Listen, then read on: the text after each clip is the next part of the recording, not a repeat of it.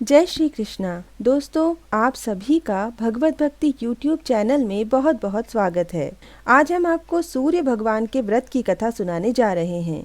सूर्य भगवान का व्रत रविवार के दिन किया जाता है और खासकर पौष माह के रविवार को सूर्य भगवान के व्रत करने का बड़ा महत्व है। लेकिन उससे पहले अगर आपने अभी तक हमारे चैनल को सब्सक्राइब नहीं किया है तो आप सभी हमारे चैनल को सब्सक्राइब ज़रूर करें और बेल आइकन को ज़रूर प्रेस करें ताकि आने वाली सभी वीडियोस आपके पास सबसे पहले पहुंच सके। तो दोस्तों, पौष माह के रविवार का व्रत करने से मनुष्य की सभी मनोकामनाएं पूरी होती हैं, मान सम्मान में वृद्धि होती है, समाज में यश फैलता है और नौकरी से संबंधित सभी समस्याओं का समाधान होता है। दोस्तों, सूर्य देव ग्रहों के मुखिया हैं और एकमात्र ऐसे देव हैं जिनका हम रोज साक्षात दर्शन कर पाते हैं। शास्त्रों में भी रोजाना सुबह सूर्य उपासना से ही दिन प्रारंभ करने का महत्व बताया गया है।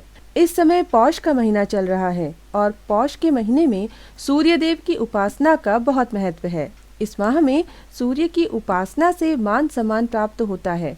इस माह रविवार को सूर्य देव का व्रत करने से व्यक्ति तेजस्वी बनता है, धन दौलत प्राप्त करता है। सूर्य देव की उपासना से पुत्र आज्ञाकारी होता है। यदि आपको शारीरिक रूप से कोई कष्ट हो और वह दूर नहीं हो पा रहा हो तो ज्योतिष शास्त्र के अनुसार आपको रविवार का यह व्रत अवश्य करना चाहिए।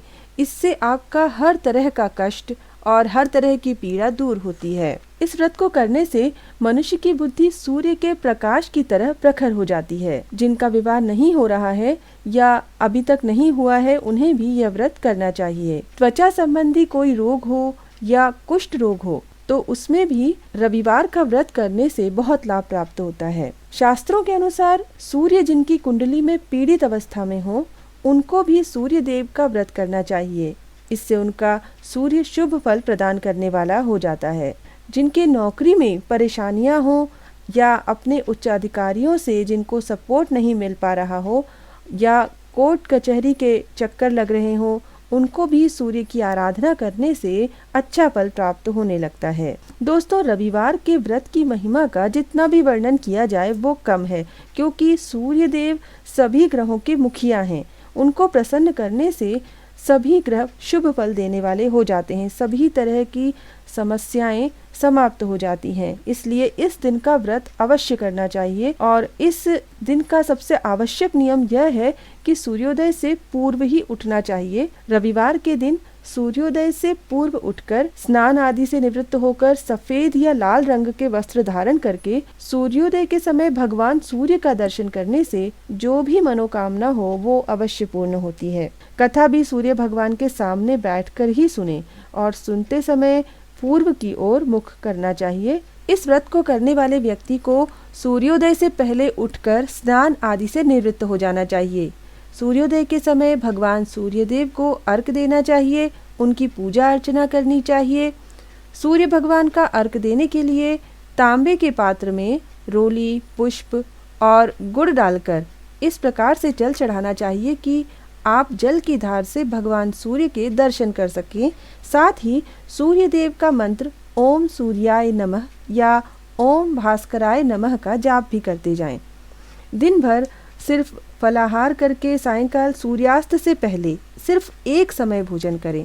भोजन में नमक और तली हुई चीज़ें, तला हुआ भोजन वर्जित है। इस दिन सिर्फ मीठा भोजन खाने का ही विधान है। तो सूर्यास्त से पहले भोजन अवश्य करें। अगर सूर्यास्त से पहले भोजन नहीं कर पाए या किसी कारण सूर्यास्त हो जाए और भोजन नहीं कर पाए हैं तो दूसरे दिन सूर्योदय के पश्चात सूर्य भगवान को अर्घ्य चढ़ाने के बाद फिर भोजन करें। इस प्रकार इस महीने हर रविवार को सूर्योदय की उपासना करने से सभी इच्छाओं की पूर्ति होती है। तो आइए अब हम सूर्य देव के व्रत की कथा सुनते हैं। एक बुढ़िया का नियम था, प्रति रविवार को प्रातः स्नान कर घर को गोबर से लीपकर भोजन तैयार कर भगवान को भोग लगाकर स्वयं भोजन करती थी। ऐसा व्रत करने से उसका घर सभी धन धान्य से परिपूर्ण था। इस प्रकार कुछ दिन उपरांत उसकी एक पड़ोसन, जिसकी गाय का गोबर यह बुढ़िया लाया करती थी, विचार करने लगी कि यह वृद्धा सर्वदा मेरी गाय का ही गोबर ले जाती है, इसलिए वह अपनी गाय को घर के भीतर बांधने लगी। बुढ़िया गोबर न मिलने से रविवार के दिन अपने घर को गोबर से ना लीप सकी, इसलिए उसने ना तो भोजन बनाया, ना भोग लगाया और न भोजन ही किया। इस प्रकार निराहार व्रत किया। रात्रि होने पर वह भूखी ही सो गई। रात्रि में भगवान ने उसे स्वप्न में भोजन ना बनाने और भोग ना लगाने का कारण पूछा। वृद्धा ने गोबर ना मिलने का कारण बताया। तब भगवान ने कहा कि माता, हम तुम्हें सर्व कामना पूरक गाय देते हैं। भगवान ने उसे वरदान में गाय दी। साथ ही निर्धनों को धन और बांझ स्त्रियों को पुत्र देकर दुखों को दूर किया। साथ ही उसे अंत में मोक्ष दिया और अंतर्धान हो गए।